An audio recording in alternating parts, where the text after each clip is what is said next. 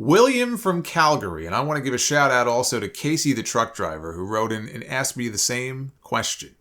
His question for me is, have you listened to Jim Cornette's podcast for his fantasy booking of Cody Rhodes against Roman Reigns at the Royal Rumble with The Rock as the guest referee and Cody winning the title as a surprise with Roman blaming Rock for the screwjob?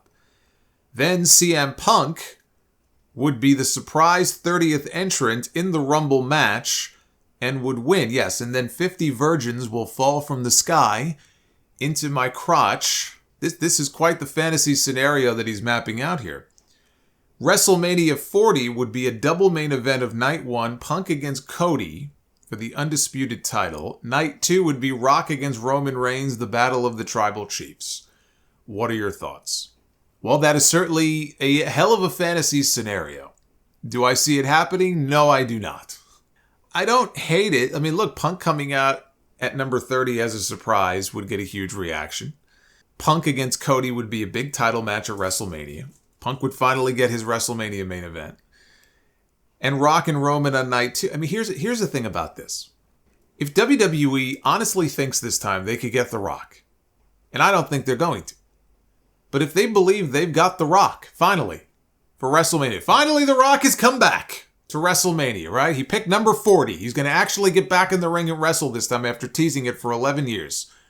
If they think they got The Rock for WrestleMania, then that's going to get priority over any other match they could do with Roman Reigns, Cody, or anybody else. Right? That's just the fact of the matter. And so if that's the case, then I would rather Cody get his title win at the Royal Rumble on that stadium show instead of being fucked out of his match at WrestleMania and just being given some other random opponent to wrestle on the show. Then yes, I would be in favor of doing Roman and Cody at the Royal Rumble, and Cody wins the championship. And Rock doesn't even have to be the referee. You could just have Rock coming out to not even attack Roman. That's the key there. You can't have Rock put his hands on Roman Reigns.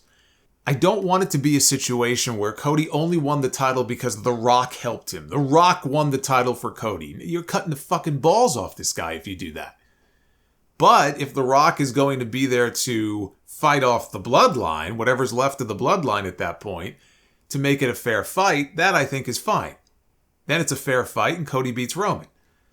So yeah, I don't dislike that idea. If push came to shove and they knew they had Rock for Philadelphia, then you got to do Cody and Roman at the Royal Rumble and get the belt off Roman, because Roman does not need the title for a match with The Rock. That match is not about the championship. And I also think it works infinitely better without the title because it's less predictable that way. Roman should still win. But if Roman is the champion, Roman's not losing the title to The Rock. You're already telling people you're giving away the finish. Get that fucking title off of him, and then you can do the match. Alex from Houston. It truly feels like CM Punk does not miss AEW. He's been quiet about his firing, and by the way, he may be quiet because legally there may be reasons why he has to be. I wouldn't read too much into that because I'm still expecting his side of the story will eventually come out. So I would not read too much into that. But he said he's been quiet about his firing, seems to have moved on with his life. My question to you is, if both parties ever decide to work together again, what issues would need to be resolved first to make that happen? Would Punk require mandatory counseling and therapy? Would he need to mend fences with Jack Perry and the Elite? Most importantly, how should he apologize to Tony Khan for allegedly putting his life in danger? It appears to be an impossible situation to mend, but this is a never say never business. Yeah, it is not impossible to conceive of Punk one day being back in AEW. I don't think it's a permanently burned bridge. I'm sure there are people like the Elite who work in that company who don't ever want him back there again. But with the passage of time, a year from now, would Tony Khan be opening to engaging CM Punk in conversations if he was still a free agent? Yeah, I believe he would.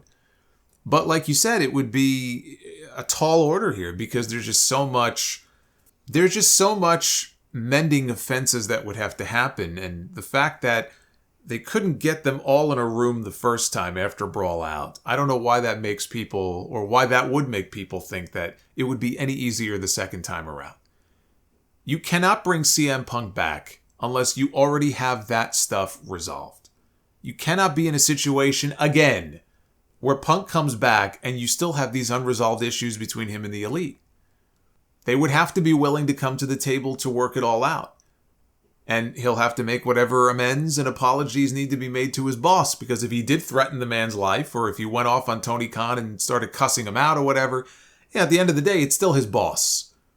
And so that would have to be fixed also. It's not impossible, but it's very unlikely that that is going to happen. There's just too much baggage there. There's too many unresolved issues that would need to be fixed. And if they couldn't fix it the first time when he was still working there, I don't know what makes people think that it would be easily fixable by bringing him back. And Hisham in LA. What's the bigger what could have been in WWE? Matt Riddle or Velveteen Dream? I would say Velveteen Dream. Velveteen Dream had all the potential to be a world champion in this company. And he pissed it all away. It's actually quite remarkable. He will go down as one of the biggest what-ifs in company history.